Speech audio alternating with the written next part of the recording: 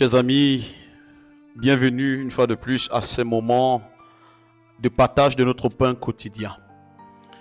Notre méditation de ce jour est intitulée « Quand Dieu ouvre son trésor céleste ».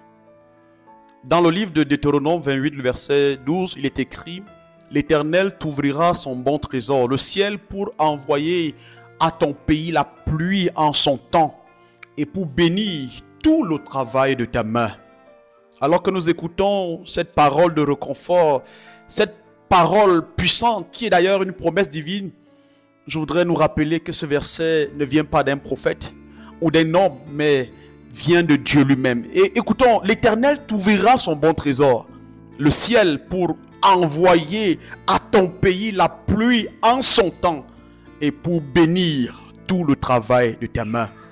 Parfois, nous pensons que ce genre de bénédiction céleste est réservé aux grands prophètes.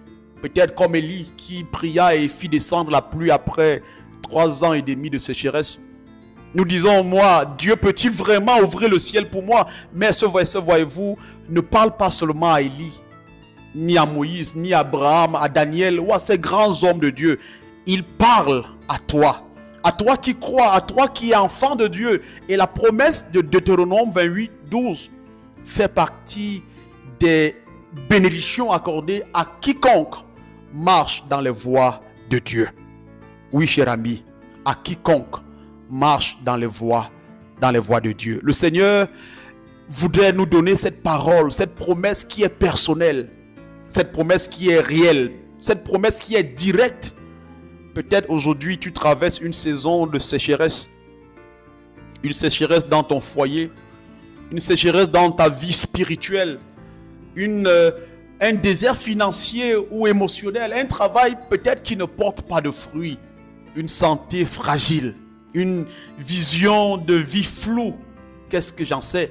Mais la bonne nouvelle, voyez-vous, ton Dieu possède un trésor, un bon trésor, et il en a la clé. Il ne l'a pas oublié, il ne l'a pas fermé à double tour. Non, le Seigneur, voyez-vous, est prêt à l'ouvrir.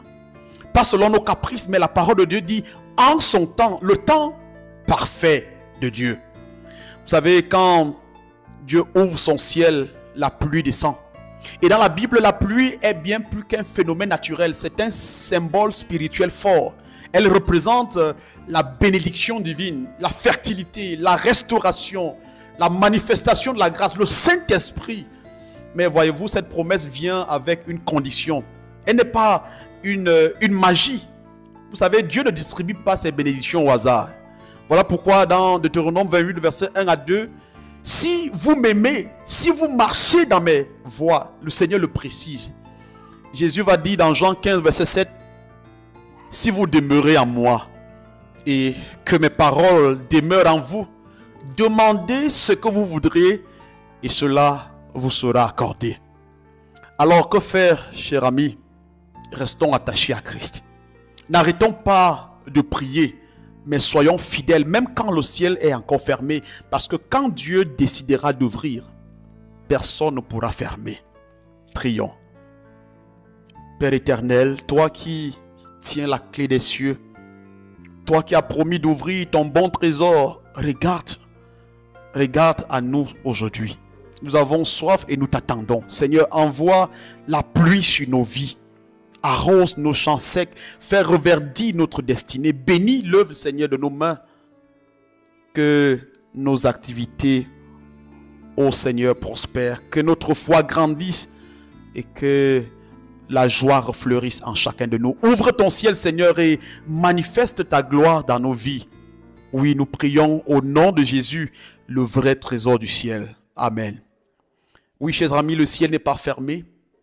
Ton Dieu t'aime, il t'a vu et il te bénira. Ne doute pas, mais reste fidèle.